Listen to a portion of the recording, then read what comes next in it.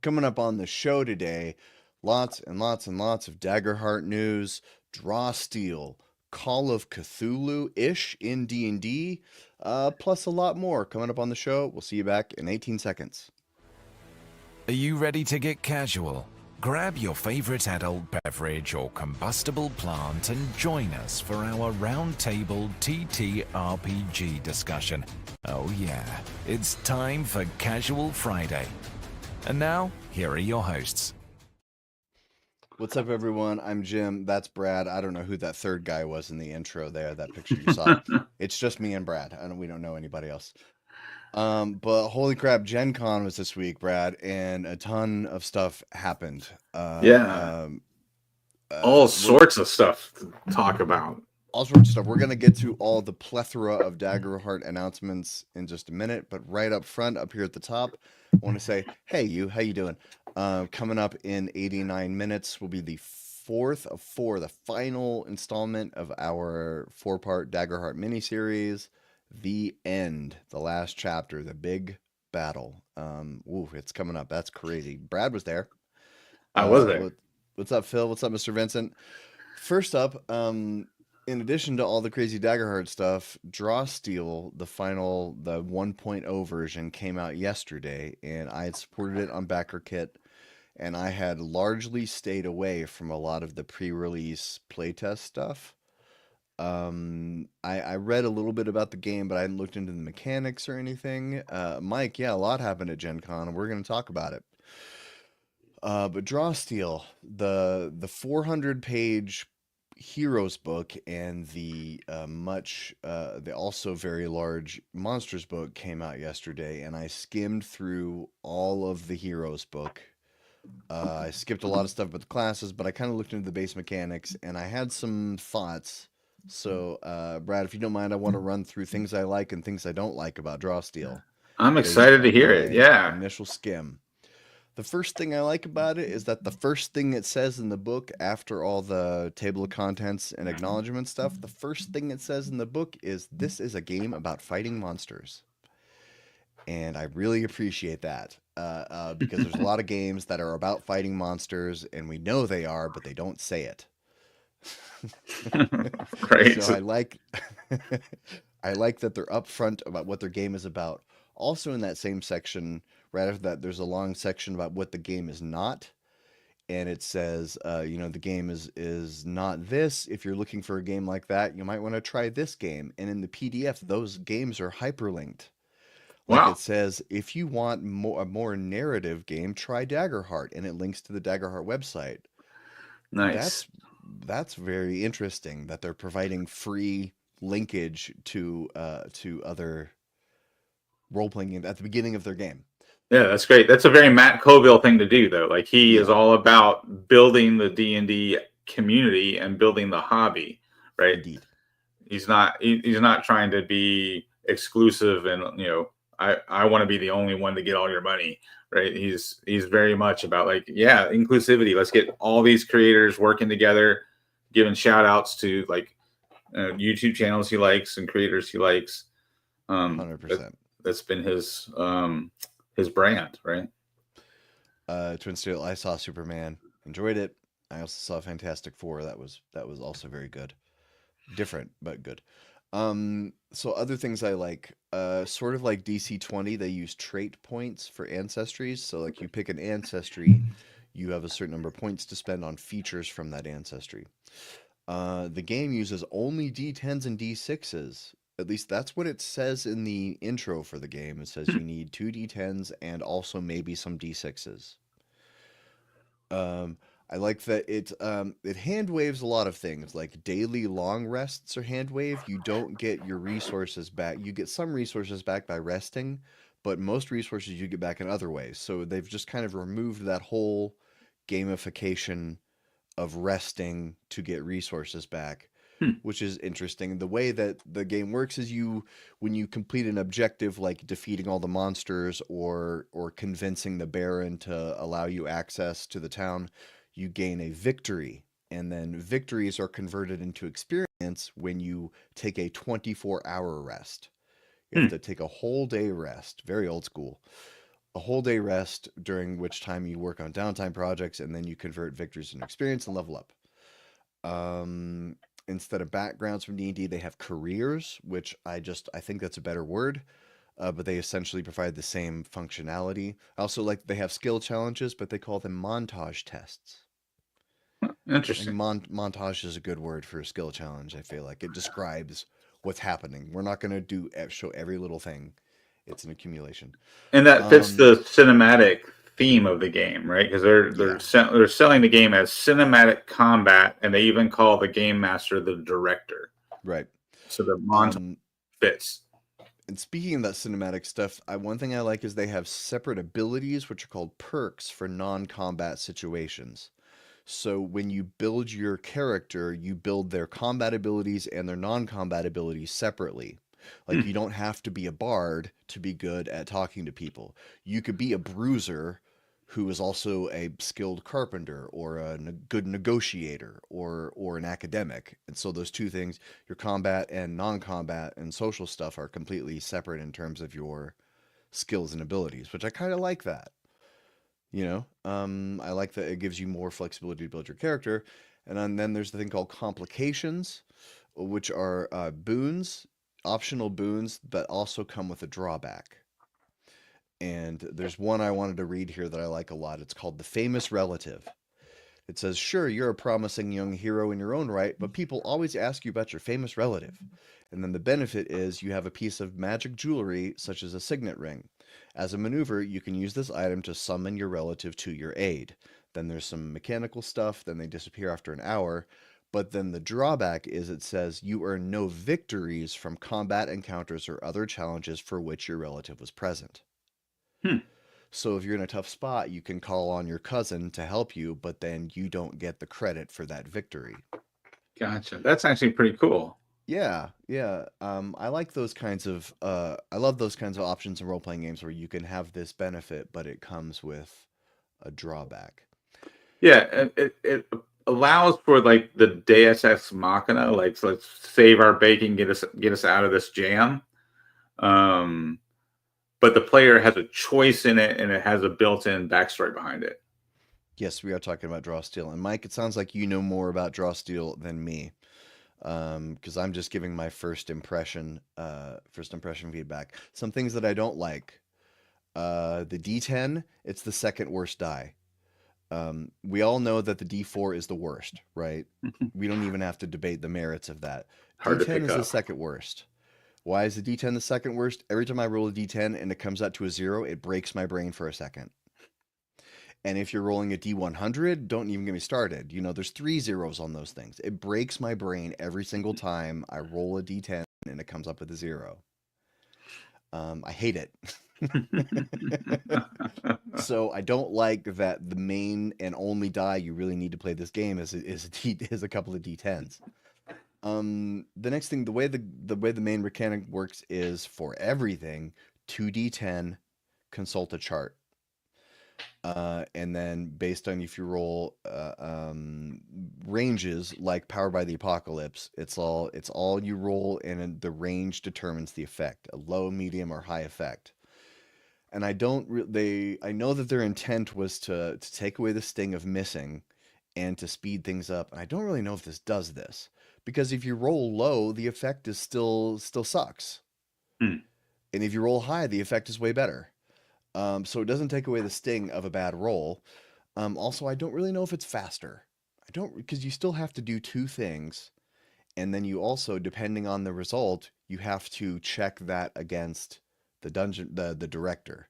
You have to roll the dice, add up the result, then check it against one of three options. And Hmm. sometimes those options have several caveats, like if the opponent's score is less than this thing happens. So I don't know if it's faster, but again, this is my first impression from reading the book. I watched about 10 minutes of an actual play with the MCDM guys are playing their new Delian Tomb.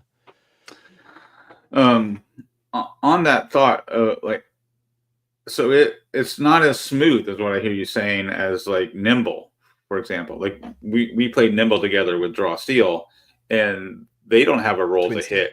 I mean Twin Steel. Sorry, Draw Steel, Twin Steel. Whatever. Yeah. Yeah. So we played Nimble with Twin Steel, and I really liked the fact that you didn't roll to hit in that game, and that system seemed to work fairly well. So what you're reading of Draw Steel is it doesn't capitalize on the not rolling to hit as well as Nimble does. Is that what you're saying? I mean, I'm saying that that was my impression from reading the book, and I, have no play experience with Draw Steel, Mm-hmm. zero play experience. So, take my opinion with large grains of salt on your margarita glass.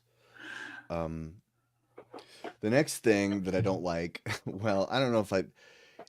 This is something that I don't like personally in games that I play, but it's probably perfect for this game. Is the word count on these abilities are hefty. Mm. If you're printing out pre-gens to play this at the game store, make sure that your printer is topped up with ink. Because these are fourth edition kind of long abilities, big stat blocks, lots of text, exceptions, qualifiers, conditions. This is a skirmish game with role play elements, so I mean, the 400-page book, probably 200 pages of it was like rules for combat. There's lots of diagrams about spacing and positioning. Um, and then the last thing, there are 50 skills that a character can have.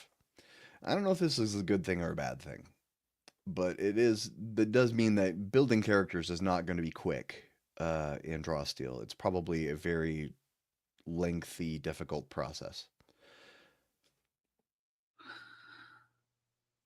So Right. those are my opening thoughts on Draw Steel. I'm gonna study it more. Probably do a video about it within the next couple weeks. Draw Steel 4E was good, but just ahead of its time. Yeah, I think that's solid. A solid takeaway. Um, I definitely think in a lot of ways 4E was ahead of its time. I think there were definitely some design flaws in 4E. Like I think 4E is a good game, but I don't think 4E is a good version of Dungeons and Dragons. It doesn't feel like D&D to me. That's always been my take. But yes, I do think 4E was ahead of its time, and I think Matt's doubling down on that to kind of prove it to everyone with Draw Steel. One thing you said, Jim, when we were talking offline, is that the feeling like they hand wave a lot of the non-combat stuff. That like the combat's really crunchy.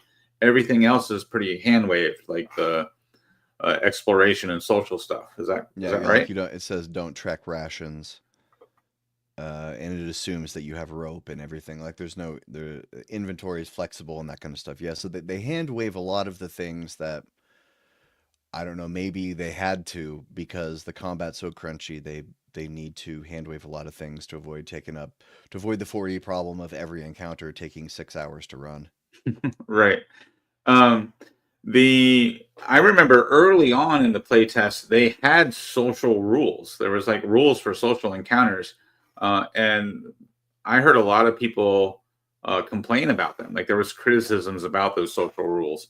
So it seems like they've just removed those from that they had in the beginning of the playtest. No, I mean there's a section. It's called perks. Hmm. That's all the non-combat stuff. Like I mentioned, how you could build your character with separate non-combat and social abilities, but um, it's definitely nowhere near the page count of any of the combat related stuff. But I kind of glossed over that. I think I was in full skim mode by that point and just kind of Gotcha. hitting the highlights. But yeah, so I can't really comment on that, on them being less or more than the playtest. I'm curious to dig into that because I forget what it was called, but there was a very specific social. It was basically like social combat rules. Like there was like Hmm. there were like interaction rules for social the social part of the game, and That's very 4E. it was met with criticism by a lot of folks. I specifically remember the Eldritch Lorecast group, going over how much they didn't like it, and Oh. they're like friends with Matt, so they got to play it early, and they really bounced off the original playtest version of the Draw Steel social rules. Indicating. Interesting. Mike, do you know? Mike, I'm in the chat. Do you know anything more? You seem more knowledgeable about Draw Steel than us. But anyway, moving on, because we can't talk forever about Draw Steel because we have umpteen bajillion Daggerheart news items to get through. I'm gonna try to go. So at Gen Con, and also there was a very, very educational Todd Kenrick video this week Hmm. where Todd dropped it like at the same time as Gen Con, and it was probably filmed way earlier, where Todd went to Daggerheart offices and interviewed Spencer Stark and interviewed Matt Mercer and Chris Perkins and Jeremy Crawford, and there were some tidbits in that interview with Todd Kenrick that didn't make it into their official announcements, but let's go through everything that Daggerheart announced. First of all, you see these class packs. This is what I've been asking for this. I've asked for that on this show. I said, I hope they do this. Um, and what they're doing is they're kickstarting this, which some people were not happy about. You know, they say, well, Daggerheart, Darrington has got to have plenty of money. Why are they not just making them? And Matt Mercer explained that they're doing it this way so they can actually meet the demand because they've been sold out of Daggerheart in a very bad way and unable to every restock is gone just like that. So they want to know how many people want these before they print them, because apparently it's a lot easier to print and deal with the cards than it is the books. Hmm. So what they've done is that each of these class packs comes with full 70 cards, which would be like for the wizard here, you get both domains. The wizard has access to subclasses, ancestries, all the full, heritage and ancestry stuff. And so that you don't have to have the book. If you're, this is, I really like this too because I'm probably going to start running Daggerheart very soon in my friendly local game store, and I don't want those people taking my cards home at night. But I also don't want to be a dick about the cards and be like, no, give them beer, you know. But that's how I feel inside. That's what I want to say. I'm gonna say, get your hands off my cards. Um, so this is really great. If you want to dip your toe in the water, I assume it'll probably be cheaper than the full price of a the $60 whole thing. Also the homebrew kit. And now this was very interesting. Let me skip over to the homebrew kit. So they've released large book that has design principles for Daggerheart. And Matt Mercer said they wanted to put this in the core book, but it would have made the page count, would have thrown off the page count, and they would have had to cut it down to so short that it wouldn't have been worth it.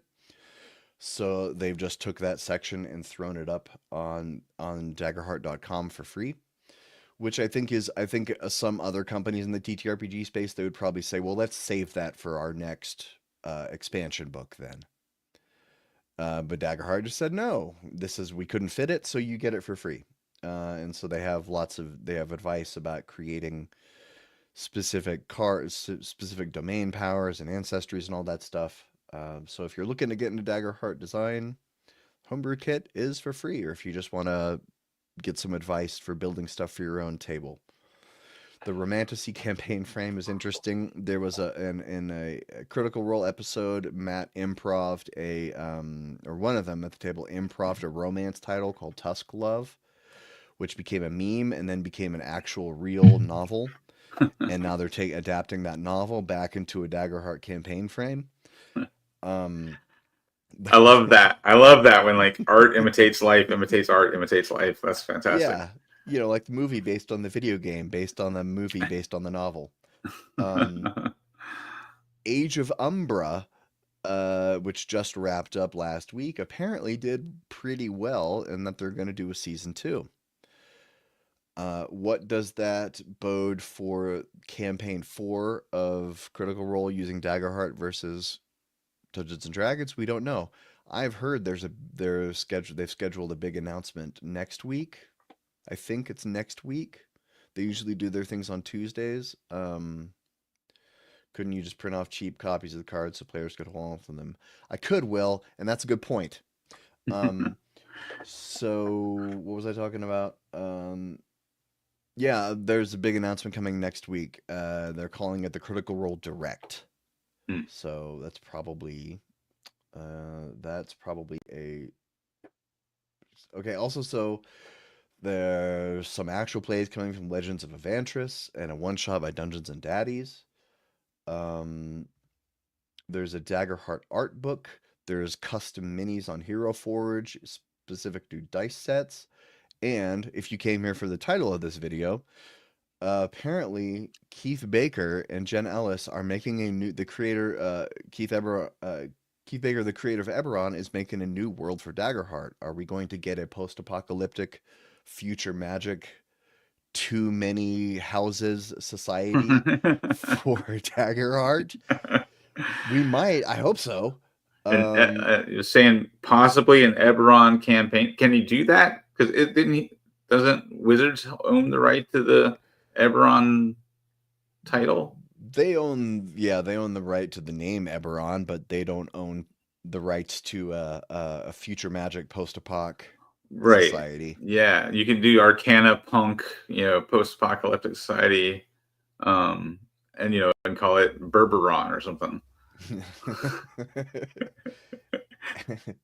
Eberron A. You can't just add an A to it. This isn't Pig Latin.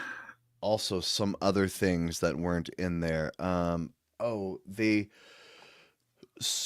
They teamed up with Duology. Where is that? Oh, also Age of Umbra. Matt made all custom adversaries for Age of Umbra that are not in the core book, and they published them all on Daggerheart.com. So if you like the monsters in Age of Umbra, there was some crazy stuff. Like one of my favorites was the Terror Gut, who had a big cage where his abdomen was, and he had tried trapped creatures in his gut. Whew. The minis were crazy. Age of Umbra is really good. So you can have stat blocks for all those if you want to do mediocre versions of that at your own table. Also, wait, are you implying that there is truth to the Matt Mercer effect, that other game masters out there can't do it as well as Matt? I didn't say that. I implied it, but I didn't say it, Brad. All right, you implied it. That was a pretty big implication. So this is really neat. So the music composing team Duology will release an official theme song for Daggerheart. And the thing is, they're making it royalty free. And I think this is so bleeding smart.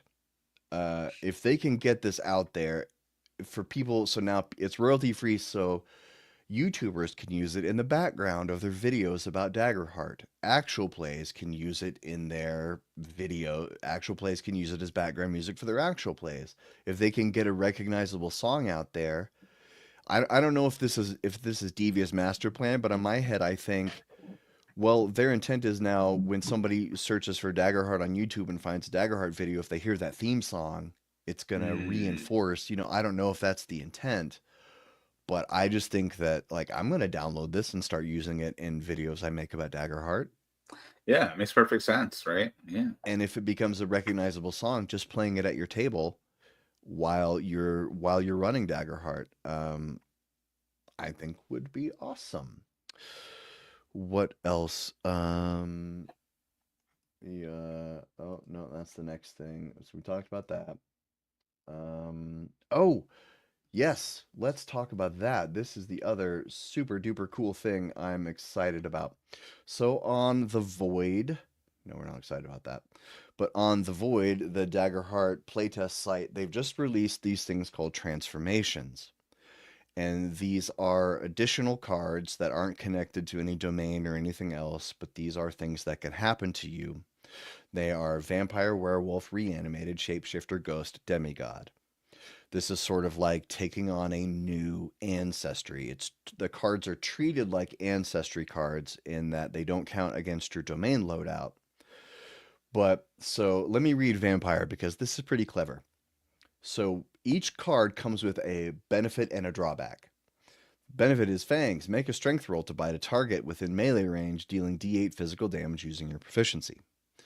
Then Feed. On a successful Fangs attack against a living creature, you can mark a stress to feed. Place a number of tokens on this card equal to the number of hit points your target marks. You can hold up to 5 tokens at a time. Spend a token before an action roll to make your Fear die a d20 instead. Hmm. That I like a lot because you're more likely to succeed, much more likely to roll with fear, though. Right.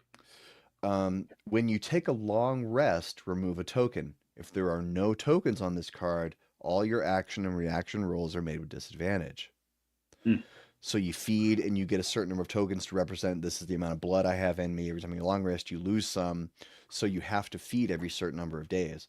And they're all like that. Each one of them has a benefit you get and a drawback. And I think this is really awesome to use in campaigns to maybe combat some of Daggerheart's lethality. Hmm. You know, like maybe if a character dies, they have the option to come back reanimated or come Yeah. back as a ghost. And also, since this is just a card, this could happen. It's not attached to any level. This could happen at any time. You can drop this in a game. You can, let's say, everybody's going to be werewolves for the next 2 sessions, and then we'll find a way to cure it. You could do that, and I really love that. I love how simple and easy to integrate this is. Go Yeah. ahead. You have thoughts? Yeah. As you were reading it, I'm like, I love this. This is great because it it, it gives the flavor of, especially with that feed mechanic. It really gives the flavor of the myth, right, of these beings without being unnecessarily crunchy and without needing to like rearrange your character sheet, change a bunch of stuff. Um, just comparing it to D&D, like the vampire in D&D, like you drain so many hit points from the creature, and then you get so many hit points, and you're doing a lot of math for that. And in past versions of D&D, there were level restrictions on all these things, right? That like you shouldn't be able to become a werewolf until I think it was like fourth or fifth level in third edition, so forth and so on. So yeah, I like this. This seems like, at least at first glance, because I haven't read all these cards. At least at first glance, my initial reaction is this looks great. Yeah. And something like Demigod could be maybe even a level 11 boon. You know, Daggerheart only goes to level 10, so what if at the 10th level people still want to keep playing? Maybe now they go on a quest to all become demigods, Yeah, and they could earn that card. Um, yeah, and and that would be kind of a cool tactic to like surprise your players. Like as the game master, you're going to pull out these demigod cards, and so you kind of set it up so they think they're expecting the campaign to end at 10th level, mm, right? And so you kind of set up like what seems like it's going to be the big bad final scenario, then you smack them with a plot twist, and now they're 11th level as demigods. Save that as a surprise for the end of the campaign. That the campaign will then last an extra, 2 or 3 sessions. That'd be really fun. indeed. And I really like also if this Kickstarter works well, they're kickstarting the class pack cards, which I'm sure it will. You know, it's a Critical Role Kickstarter. I'm sure it's going to do great. Um, Maybe releasing more standalone cards is in the future. Because you know, if you can release supplemental rules that I can get in a $10 card pack, I like that. If I like getting one of those every 6 months rather than a 300-page new book every 5 years. You know. Yeah, yeah. Well, and I've said this before on the show that role playing games, the design, are the the game development and the community. Role playing games are about 10 years behind strategy games, right? And not quite 10 years ago, but it was a while ago. Um, a lot of tabletop strategy games went to using cards for that reason, because it's a lot easier to update your game by selling card packs than it is to do a new edition of the game. Hmm. Um, Star Wars Legion, Crisis Protocol, Warhammer 40K, they all make use of cards in one way or another. And so yeah, the strategy games have been doing this for years now, and the RPG community is finally catching up. I think it's great. Yeah. Just a couple other things that I remember. One thing from the Todd Kenrick video, he asked Chris Perkins about, he asked Crawford and Perkins specifically about what they're working on, and Crawford said he was working on taking a frame and expanding it into a full adventure. Hmm. And some people think it's going to be a Ravenlofty kind of thing. But Chris Perkins, what he said, I'm gonna put on my tinfoil hat and read between the lines there. He said he's also working on an adventure, and he used the words communal, Hmm. and he said it would feel like the spirit of early fifth edition days. Ooh, I think Perkins is designing an organized play adventures league kind of thing for Daggerheart. That's my theory. You that heard would it be here first, interesting. folks. I'm either right or wrong in the future, so let us know. Interesting. Because they talked about it didn't. He used the word communal. That was the biggest thing, but it talked about like I can't remember what exactly it says. I'm probably close that already. It doesn't matter, but that was my takeaway. Is it sounded like some kind of shared adventure space, uh, which if they can pull off organized play for Daggerheart, I'd be impressed. Crawford's working on a full campaign setting. Yeah, yeah. He in the interview with Kenrick, he said that he had a campaign frame that he was then going to adapt into a full campaign setting. Hmm. And I wasn't sure if he said campaign setting or adventure or a blend. I'm not exactly sure. He used the word devilish. Yeah, yeah, I'm excited to see what's going to happen there. But it is interesting that they bring in Perkins and Crawford and they put them both to work making campaign settings right away. Yeah. Did Crawford, or sorry, did Perkins say what his campaign setting is going to be? No. Because I mean, he's always been a big fan of the Feywild stuff. That's why he wrote that the last 5e campaign setting. Wild Beyond, was that Wild Beyond Witchlight. the Witchlight? Yeah. Yeah. He loves like Feywild stuff, but I think they already have. Don't they have kind of a Feyish campaign frame in the core rules? Sort of, yeah. Yeah. I So I mean, wonder. maybe it's taking that and expanding that into a full setting. Yeah. So that was my first thought, or something you know a little more distinct and specifically like you know fairy related. I don't know. Be interesting. It's interesting to see what they're going to do. It still blows my mind that Jeremy Crawford and Chris Perkins are working for Darrington Press. Yeah. I like every time I think about that, I'm like, damn. It's like Wonder Twin powers activate. You know, Steel of the century. yeah. Um, yeah, I'm very eager to see what's going to happen. We need to move on to the next thing, and the next thing that we're going to talk about is the Ill Omens reporting long-running D&D news website outed as AI-generated slop. And the website they're referring to is dungeonsanddragonsfan.com. And the reason I'm bringing this up is that I've used this website in our show notes before, and I did not realize it was AI.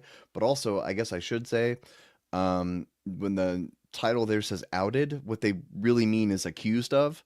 There's um, Dungeons and Dragons fan hasn't commented on anything, but they were accused of being AI, and you should see the comments on Reddit. Oh boy. I bet. Guilty before, guilty without being given a chance of a trial. That's for sure.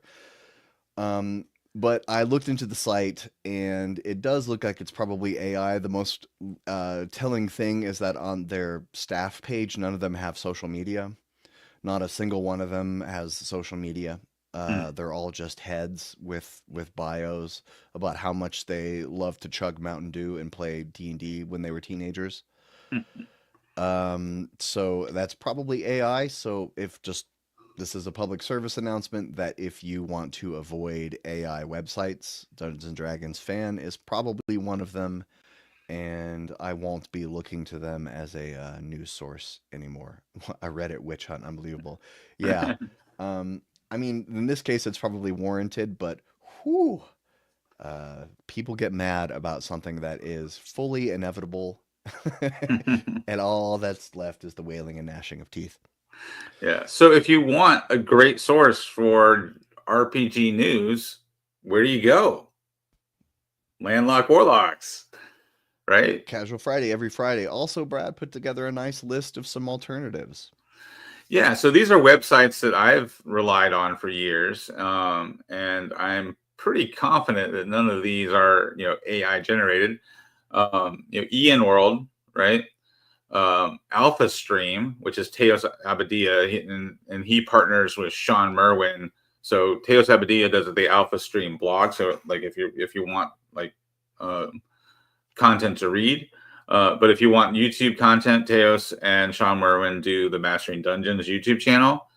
Sly Flourish, of course, is a mainstay of the community. As is Justin Alexander with the Alexandrian blog. He also now has a YouTube channel. John Four, who's famous for his 5-room dungeon design, he has a blog called Role Playing Tips. He also has a newsletter that you can sign up for. Questing Beast of YouTube fame, if you're into old school stuff, Questing Beast has a really great newsletter called, I forget the name of the newsletter, but I mean, if you go to Questing Beast on YouTube, you can watch any of his videos and you'll find a link to his newsletter that you can sign up for. And just mentioned these guys earlier, Eldritch Lorecast on YouTube. They do a great job with D&D news. So great way to get your role-playing game news without supporting alleged AI. Yeah, Mastering Dungeons and Sly Flourish are on my every week listen podcast list, as well as Dungeon Master of None. They don't really do news. Yeah. Dungeon Master of None is just a couple of nerds that I like who talk about games. So moving on to the next thing that we're going to talk about, there is now a Call of Cthulhu supplement for Dungeons and Dragons, and apparently Mike Merles had a hand in this before he left Chaosium. This was not on the bingo card. No, and it's weird to me. And go ahead. Because I mean, 5th edition and 5.5 are, like we all know, is very like high fantasy heroic role playing game, and that's almost the exact opposite of the Cthulhu mythos, right? So it's, I mean, I guess it's gonna like hit a niche for some people who want to like use the mythos gods like Cthulhu and Dagon and all that sort of stuff. But I don't see how these two things go together. Like this is, it's not chocolate and peanut butter for me. Well, this is from a different release. It said Cthulhu by Torchlight adds a new subclass to each of the character classes in the new player's handbook, along with over 24 mythos-themed spells, a new background, and new origin feats for DMs. It holds over 20 horrid monsters of the Cthulhu mythos. Rules for passions and dreadful insights amplify role-playing by putting mechanics behind your character's personality, while the skill challenge rules provide a framework for investigation, interaction, and other non-combat encounters. And I wrote in our agenda, they should have stolen chases. That's the best thing about Call of Cthulhu is their chase system. Yeah. D&D's chase system is bad. Yeah. Why didn't they steal that? It's a great point. I didn't buy this. I'm not interested in buying it. I don't know anyone who has bought it, so I haven't seen into the book other than I did a little research on Reddit to find out what other people were saying. I really wanted to find out about these skill challenges. How have they redone skill challenges for this? And I couldn't find any specifics other than some people said it was less mechanical. I don't know what that means. But yeah, if you want to try to do some old school investigation, well, here's another thing that's interesting. I think it says in here that Monsters of the Mythos, Great Cthulhu is a CR30 world-ending threat. And You that's can't put it It's so nah, not Cthulhu. The idea that you could fight Cthulhu is the no, most you non-Cthulhu thing, right? That's so right. weird. You can't put a challenge rating on Cthulhu or Dagon or any of those. Like, the whole point is they're like existential dread. These things are unstoppable, devastating forces. The whole point is it's hopeless. You can't do heroic fantasy. Like, it breaks my brain. I'm having trouble putting sentences together because it's breaking my brain that bad. Yeah, I am very interested to see other people's take on this one and maybe see how it actually feels at the table. Um, because I don't know. Cthulhu's not. It's a different system, but Call of Cthulhu is very polished. It's a good system. It's not hard to Mm. learn. They've had like seven editions now, so it's pretty smooth. They've worked out a lot of the kinks. Um, Yeah, the only way this even comes close to appealing to me is there's a little bit of nostalgia because the original Deities and Demigods book that a friend of mine had, I should have stolen it from him when we were kids. I didn't like him that much anyway. Um, the first edition of the Deities and Demigods book had the mythos chapter, and it had all the Lovecraftian horrors and deities uh, in the book. And of course, legally, they didn't have the rights to print that, so the second printing, they took it out. So there is a little bit of nostalgia for me seeing like mythos creatures in D&D, but I wouldn't play it. yeah, we haven't played this and we haven't actually read it. We've just read secondhand opinions and summaries, so don't take our word for it. But we give this one a yeah, that's our official opinion.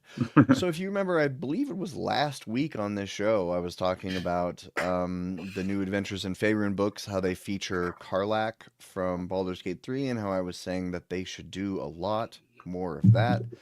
I was saying Wizards of the Coast should ditch their 40-year-old cartoon mascots that nobody cares about anymore, and use more modern stuff. Well, they listened to me in the last week. Thank you, Wizards of the Coast, for watching Casual Friday. Hope you liked and subscribed while you were watching, because in the Forgotten Realms new books, there's a big $160 bundle that comes with special DLC, including Astarion's Book of Hungers, or sorry, Astarion's Book of Hungers, Astarion from Baldur's Gate 3, and this is good, yes.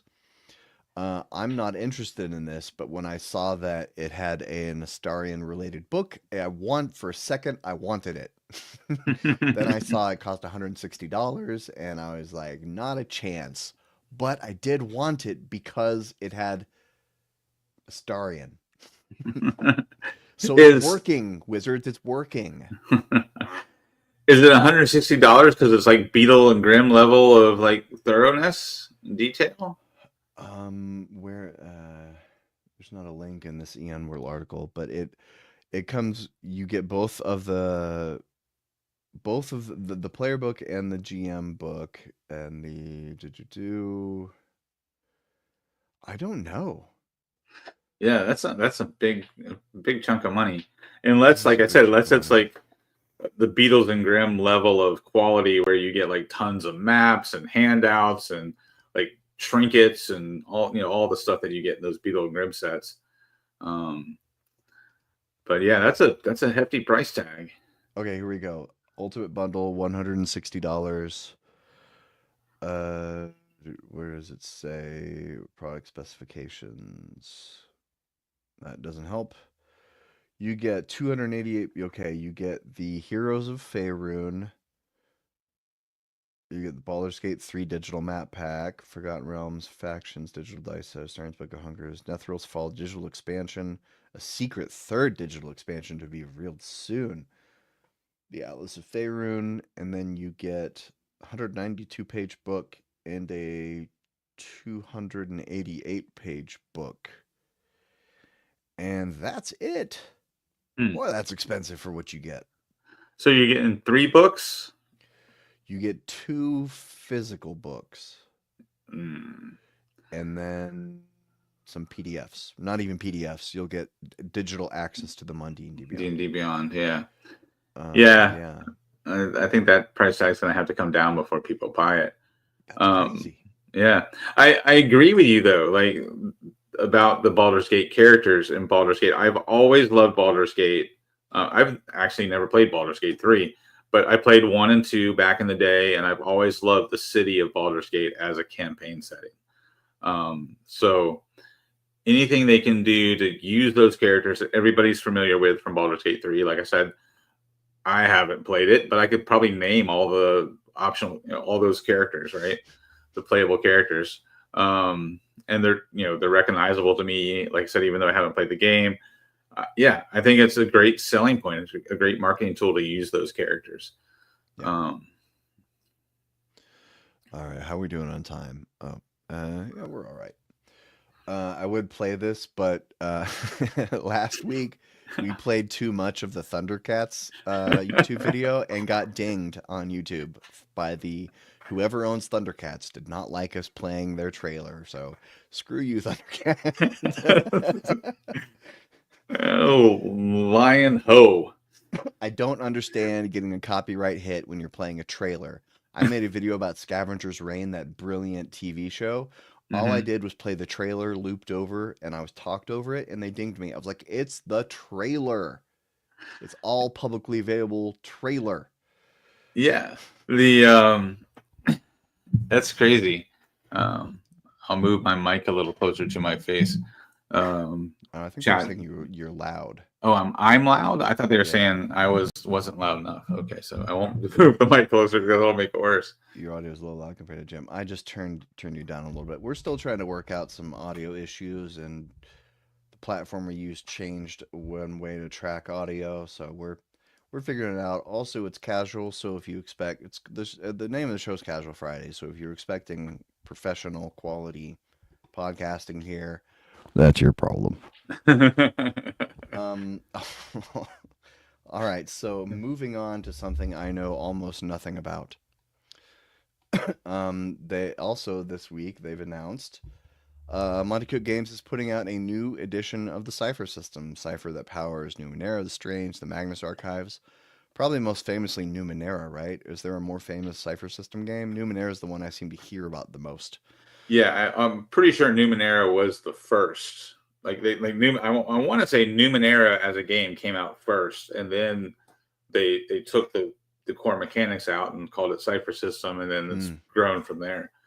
That's my recollection anyway. I mean, my rattled old brain, though, I could get it wrong. Well, all I really know about this is that recently, a year or two ago, Sly Flourish played a campaign, and he had very great things to say about Numenera. And I know Jorfton recently was running Numenera. He talked about it on his show that he wanted to play more Numenera, that he really liked it. And that's all I know. I believe Daggerheart took a couple of rules from Cypher System in there. Those are the books. The art looks pretty dope. That's a flying space whale. So I don't really know what else to say about this. Do you have any knowledge of Cypher System, or anybody in the chat really knowledgeable about Cypher? I looked into it when it first came out, because there were definitely some concepts I liked about it. I like the 3-word character design.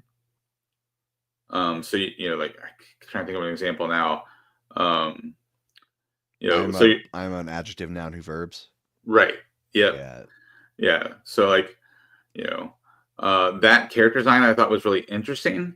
I picked up a digital copy of I think it was one of the core books, whether it was Numenera or Cypher. I picked up a digital copy, read through the rules. A lot of things I liked about it, but then before I actually pulled the trigger to get the hardbacks and really dive into it, I watched a bunch of actual plays, and it just, I don't know, there's something about the rule set that really didn't click with me. Interesting. Yeah, I don't know any more than that. Hey, Unshelled Pity. I know he says the PH is silent, but I'm just punk rock like that.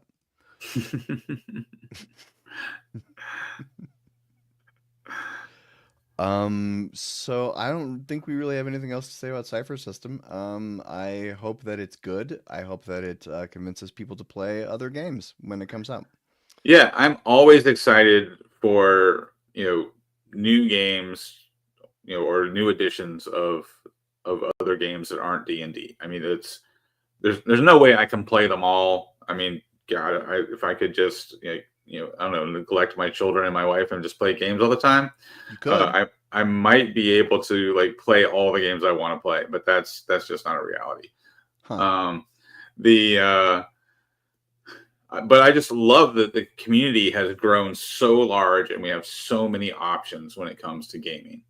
I recognize there are really cool things about Cypher System and Draw Steel. I'm probably not going to play those two games, but I'm glad they exist, and I'm more power to the people that play them, because I think it's the lifeblood of our community is players, right? Yeah. Mike, we didn't get a strike, just I don't know what you call it. It's less serious. Or just they said that we couldn't monetize the video, which Landlocked Warlocks doesn't have enough subscribers, so it doesn't matter anyway. Yeah, but still, F you, Thundercats. Be better. Be better. So Yeah. moving on, next part of the show is the part of the show that we call the catch up, where we just say, hey. Also, want to before we catch up, I want to remind you that coming up in 39 minutes is the fourth and final part of our Daggerheart miniseries, the big epic conclusion, and it's under 2 hours. You can handle that. Yeah, we play tight, we play fast, we play hard. That's how we play our role playing games. I did not go to Gen Con, I'm pretty sure. Brad, just mentioning those children he's not legally able to neglect, did not go to Gen Con. Due to our legal responsibilities to our children, we were not able to Yeah. attend. I'm honestly not a big fan of the supersized cons. So I usually go to a couple local cons here in North Carolina. And then I loved Green Dragon Fest the first year. I didn't get to go last year. I'm definitely going this year. I like the smaller, more intimate feel of like the small cons, and the I guess you would call Green Dragon Fest a curated con. Um, I don't know. The Green Dragon Fest is like, I mean, I think like 60 people go to that. It's a Mm. very, very small, intimate environment, which I loved. It was fantastic. Actually, getting to know like a bunch of other YouTube creators and game designers. It was really cool to actually like spend time with them, like sit down and have like lunch with Hanker and Fernale. You know, chat with Bob Worldbuilder. It was really great. I'm definitely going to Green Dragon Fest this year, but the big crazy cons don't do it for me. Yeah, So, I'm not really a con guy. I used to go. I've been to this author con for a few years. It's called 20 Books to 50K. It's no longer. They rebranded with a new name, but I used to go to 20 Books to 50K in Vegas, partly because it was in Vegas, so it was just fun. The first year was great because like I met so many people and it was like networking and new things, and then after that, I don't know, it was like severely diminishing returns because like I go there and I know all these people already. And then I just would leave being like, that was fun, but was it really worth $4,000? Like there's like a yeah, lot of that. Like I could have maybe spent that money to better use on my career, editing books and stuff like that, yeah, buying book covers. yeah. I mean, you could do a lot with some, design, put towards designing your own role playing game with $4,000, right? Yeah. Uh, Um, I I just also, consider it. I also have mobility issues, so like walking long distances is hard for me. So again, that's another reason why I don't go to the big cons. Yeah, and anything in Vegas, the hotels in Vegas, to get from your room to the front of the hotel, it's a 20-minute walk in every hotel in Vegas. It's nuts. You Mm. walk an hour and a half in Vegas just going from places that can transport you from one to another, like going from your hotel to an Uber or your hotel to the whatever. Vegas is a mess. Um, But yes, anyway, Green Dragon Fest is the one with the Hobbit houses. It's in Tennessee at this place called Eldritch Lore Village. Um, So you can do it like cheaper. Like the tickets are, the tickets to Green Dragon Fest they're a little pricey, but if you like get your own Airbnb or your own hotel and you get shuttled in, or you are able to drive to Tennessee, you'd have your own car to go back and forth. It's a cheaper way to do that. It's kind of pricey to stay in the Hobbit houses. But I did that the first year, and it was really fun to like just step outside your little Hobbit hole, and there's everybody ready to game. It's fantastic. Kiwis love walking. Nacho, I have been to Hobbiton. Is it Matamado? I don't remember the name of the town, but we drove through there on our way to Lake Taupo. Because I worked the Lake Taupo Cycle Challenge in 2010. And it was amazing. 10,000 cyclists. The town transformed. It was crazy. So during this catch up, Brad, you said pre-show you said there was something you were going to mention, and I think you said you'd save it for the catch up, and I forgot what that was. Do you remember? You Dare, the game that we made with the help of the third guy who's not around right now.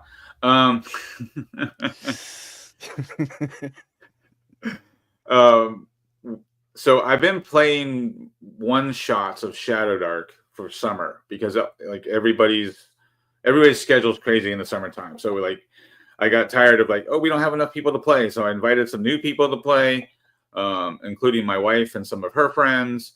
And so the one shots of Shadow Dark have been great, but I was kind of like, one shots are just a lot of work, right? In fact, I feel like planning a one shot is more work than planning an average session of a game, because the average campaign, right, you do a bunch of work, and then each session is easier and easier to plan because the players are doing stuff, right? So I think one shots are hard to do in crunchy systems. And Shadow Dark's not even a crunchy system, but I was getting a little burned out on like how much work I was putting into these one shots. So I changed it up, and we played You Dare last night, our game. And I did this like action sci-fi setting, and we had a blast. It was honestly like definitely top 5 sessions I've ever run as a game master in like 40 years of game mastering, possibly like top 3. It was super fun. And my wife, who plays very casually, because we had a bunch of people show up last night, my wife was like, I'll sit this one out and I'll just like mix the drinks and watch.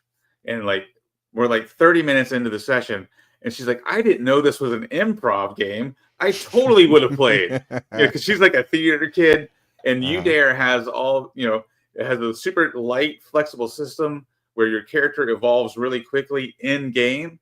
And for her, like it was pushing all of her improv theater kid buttons. She was like, I want to play this more. So yeah, it was fantastic. We had a really great session, and the flexibility allowed me to do things on the fly that would have been much harder to do in just about any other system. The coolest part is one of the players decided to embrace the cyborg threat, basically giving themselves over and becoming what we call the freak mother. So her character's name was Freak, and she bonded with the main cyborg alien, and so she became the big bad. So like on the fly, I just adapted the You Dare rules to basically change up the action economy for a big final fight. So she actually fought all the rest of the characters.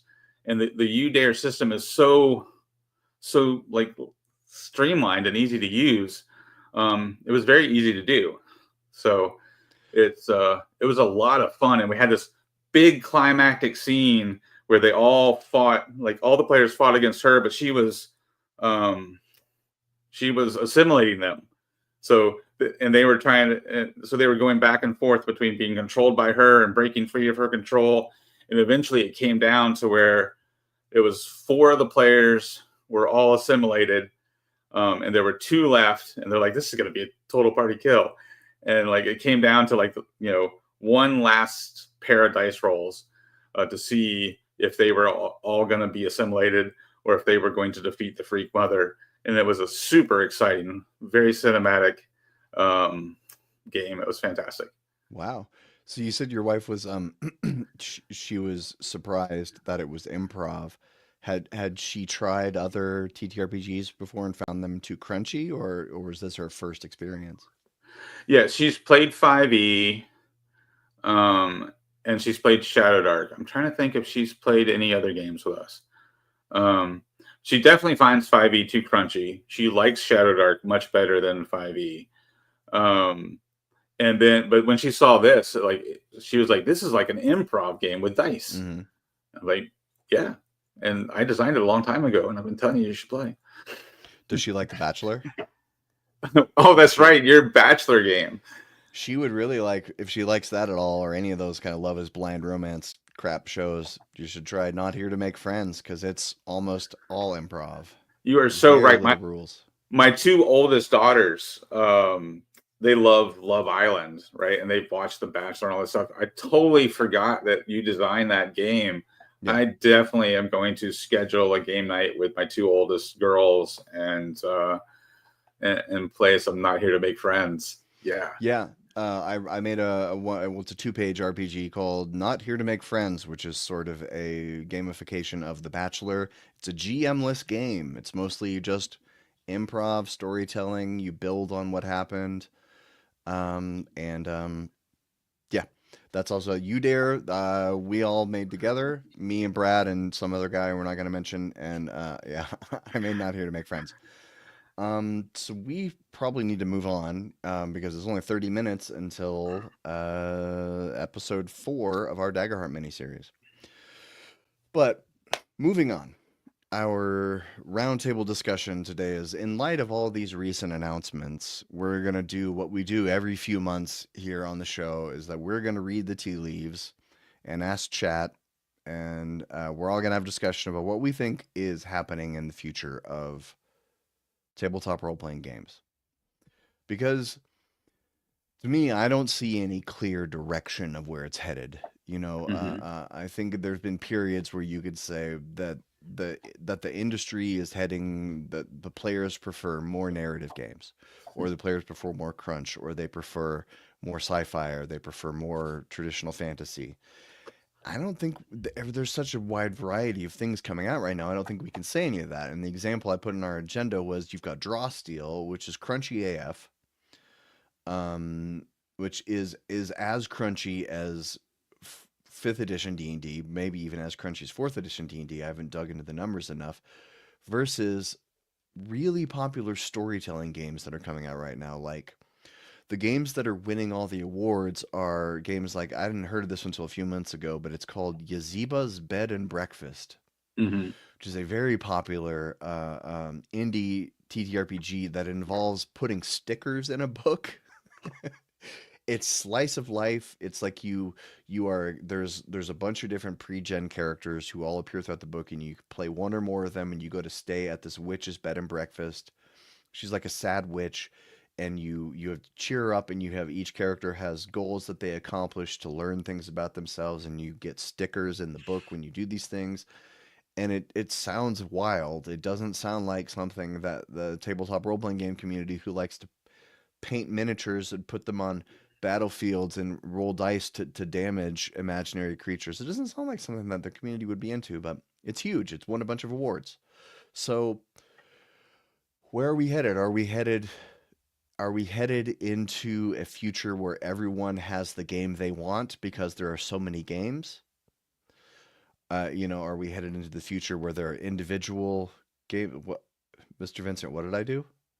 I think he's responding to your Not Here to Make Friends. He's like, what the hell? I don't know, Brad. What do you think? Let's get this conversation going. Yeah, I think you can point to the history of RPGs, and you can definitely find specific points where the community and the industry change directions, right? So, original D&D, BX D&D, first edition, very Gygaxian dungeon crawl, rocks fall, everybody dies. Deadly Dungeons, right? That was like early 70s or late 70s, early 80s, right? Then um, then when the Dragonlance novels come out, the Dragonlance campaign setting comes out. We get a whole bunch of new campaign settings for first edition, and then continue to get more for second edition. The game really transitions from the gritty dungeon crawl to the epic campaigns, more Lord of the Rings style, more Dragonlance style. People wanted big, epic, long-standing campaigns. Then in the 90s, there's like kind of this push towards more narrative games with like Vampire the Masquerade really caught on, and White Wolf games and all that sort of stuff. And then we see another big push with the D20 system. So we're talking D20 system was that late 90s, early 2000s, the D20 system came out, the original OGL for third edition. And everybody was pushing towards going to the D20 system because of the OGL. There was a very clear direction. You had D20 systems for like everything back then. You go into the game store and like 90% of the books on the shelf had the D20 sticker on it. And so, yeah. However, well, I guess to continue that timeline, then you have the OSR movement, right? So after the crunchiness of third and fourth edition, the OSR movement, and people are trying to get back to that first edition era, right? But now, I think we have so many people, right? The hobby is so big that it can support all these different types of games at once. Because ultimately, what you really need, and this is in Daggerheart, looks like they are answering this question in a very strong way. We'll have to see if Drog Steel can answer this question. Can you get people to play your game? Right? That's the biggest question. You can make the coolest freaking game ever. Like I remember when 13th Age came out, like this is a great version of D&D. I didn't know anybody who would play it, right?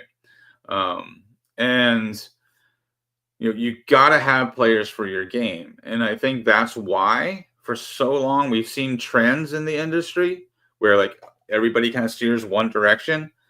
But I think the hobby is big enough now that the hobby can go in multiple directions at once.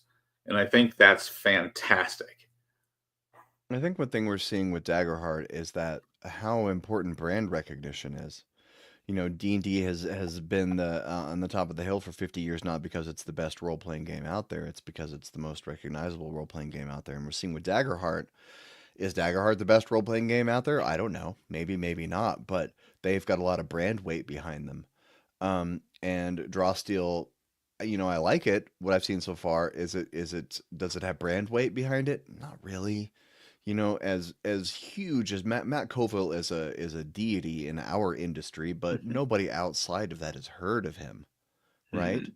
But a lot of people outside of tabletop games have heard of Matt Mercer, and the Critical Role cast, and even know what it is. There's articles about them on Forbes. There's articles about them on, Wall Street Journal. There's like business articles about them, and I don't think that Forbes is writing articles about Matt Colville. So what does that mean?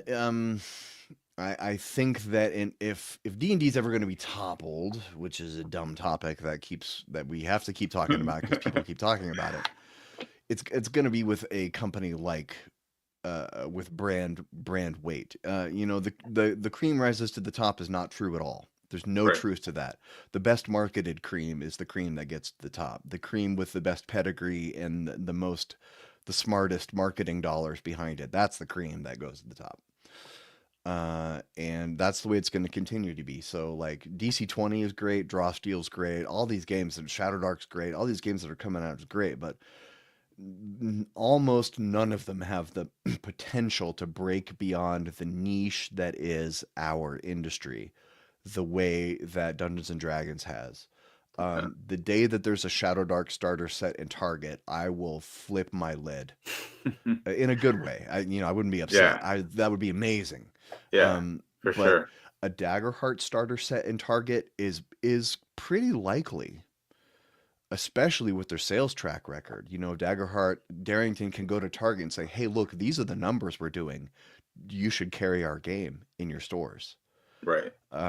Because previously only Wizards of the Coast could do that.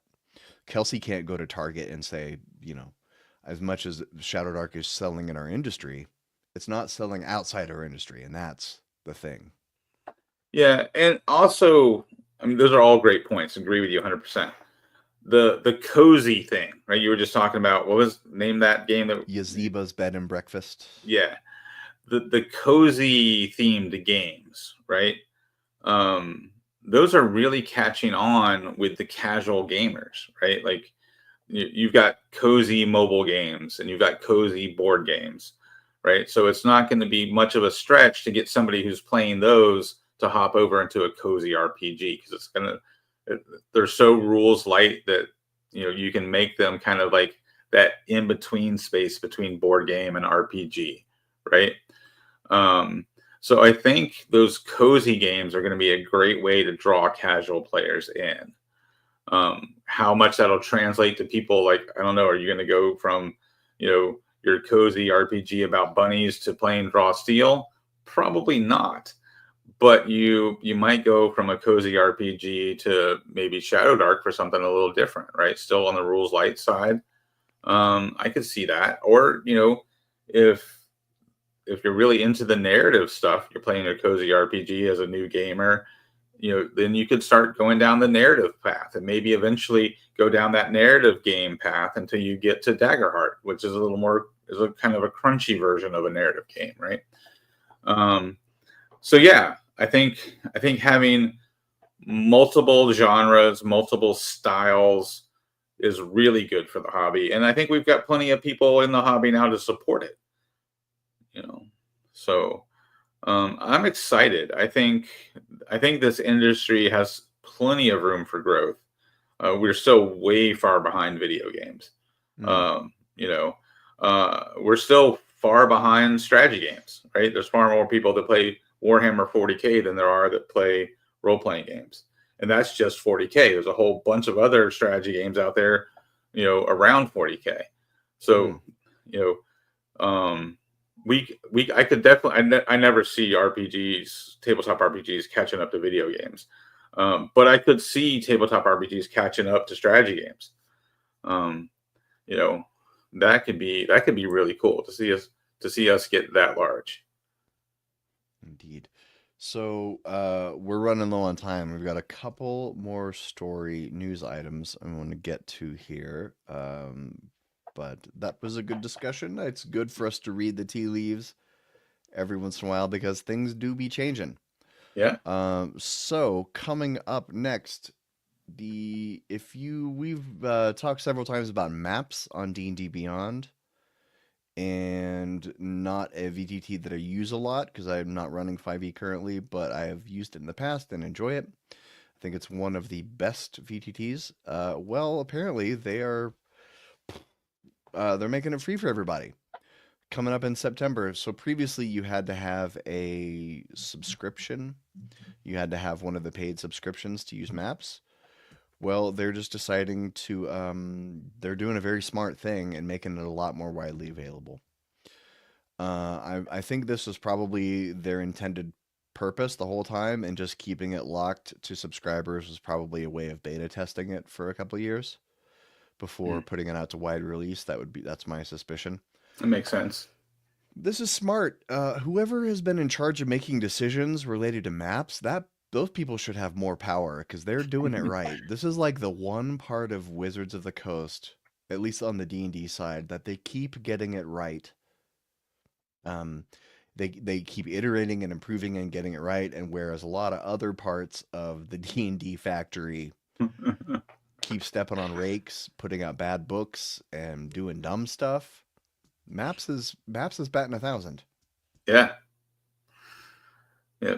it does seem to be the one part of Dungeons and Dragons that is doing things the right way, like, drawing people in, streamlined, efficient design, and then expanding on that and growing their their user base that way. I think it seems really good stuff. Yeah, they are smart.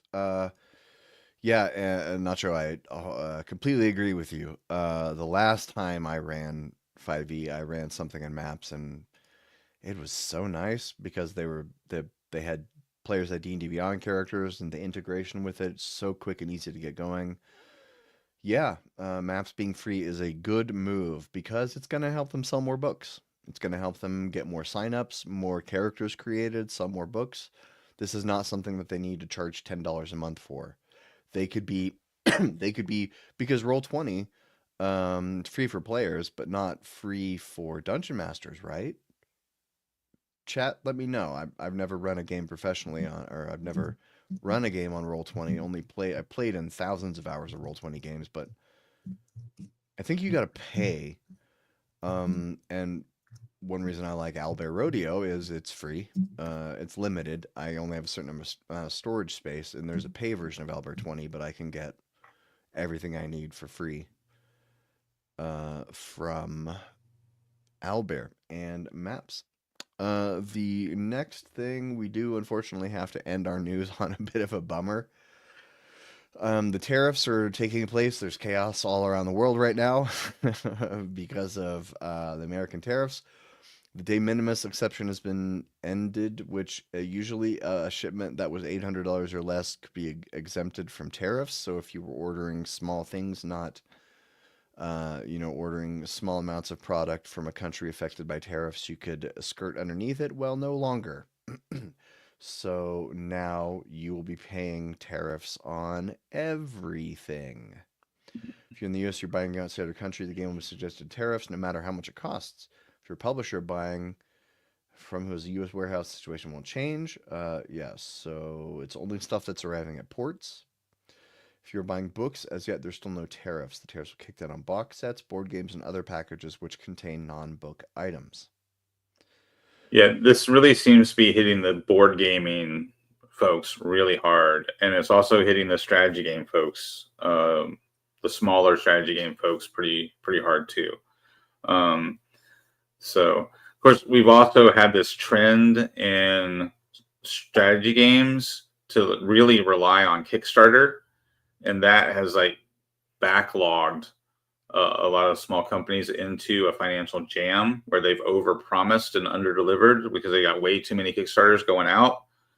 And this tariff thing hops on and like just is like we're looking at some of the popular strategy game companies are really struggling.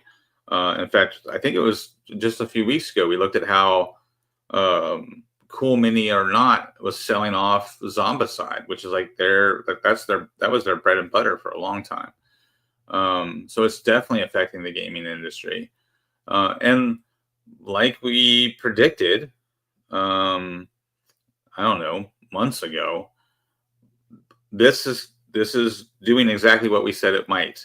It's driving the smaller companies out of business, or at least reducing the size of their business, while the bigger companies, the Games Workshop, Asmodee, Wizards of the Coast, are gobbling up the market share of the gaming industry. Asmodee is one of those ones that really seems to be tariff proof by the way they're designed, but even they have raised prices. Asmodee is they're the ones that make Star Wars Legion and Crisis Protocol and Star Wars Shatterpoint, and they're one of the biggest gaming companies out there, because they also own not only those strategy games I just mentioned, they also own Fantasy Flight that makes a whole bunch of tons of board games. So yeah, it's really a situation where the rich get richer because the bigger companies are able to withstand the tariffs and the smaller companies are not. And that's very unfortunate for our industry. to see indie designers struggle. I think thankfully the RPG side of the gaming industry is not hit as hard because they're, you can sell PDFs and you're mostly just selling books. Where like but board games and strategy games, because of plastic miniatures and card sets and die cut cardboard, that's really hard to make all that stuff in the States. Yep. So yeah, this is sad. It's really sad to watch. We were just talking about how exciting it is to watch the RPG industry grow. And we're watching our cousins, the board game industry and the strategy game industry, really struggle right now because of these tariffs. Yeah, it is a bummer. I don't want to talk about it anymore. Okay, so that's it for us today. Hey, coming up in 10 minutes on the Landlocked Warlocks YouTube channel, part 4 of our Daggerheart miniseries. You can't watch the first 3 parts in the next 10 minutes, but you could try. And so that's all for us. Go, take a bathroom break. I'll be in the chat for most of it. I think I might have to run out real quick, but I'll be in the chat saying hey. And if you want to see some intense Daggerheart combat, want to see crunchy Daggerheart, this is a good place to do it. It's I can't spoil things. I want to say stuff, but you're gonna find out soon. All right, everybody. I'm Jim. That's Brad. Thanks for watching. We love you, and we'll see you soon. Real quick, though, I'm going to slip something in here. The chat earlier was taking odds on who survives this final episode. and that is not a bad idea. Okay. Let's hear it in the chat on the episode, because we'll see. No spoil. You'll get nothing from us. Bye, guys. We'll see you. Bye, guys.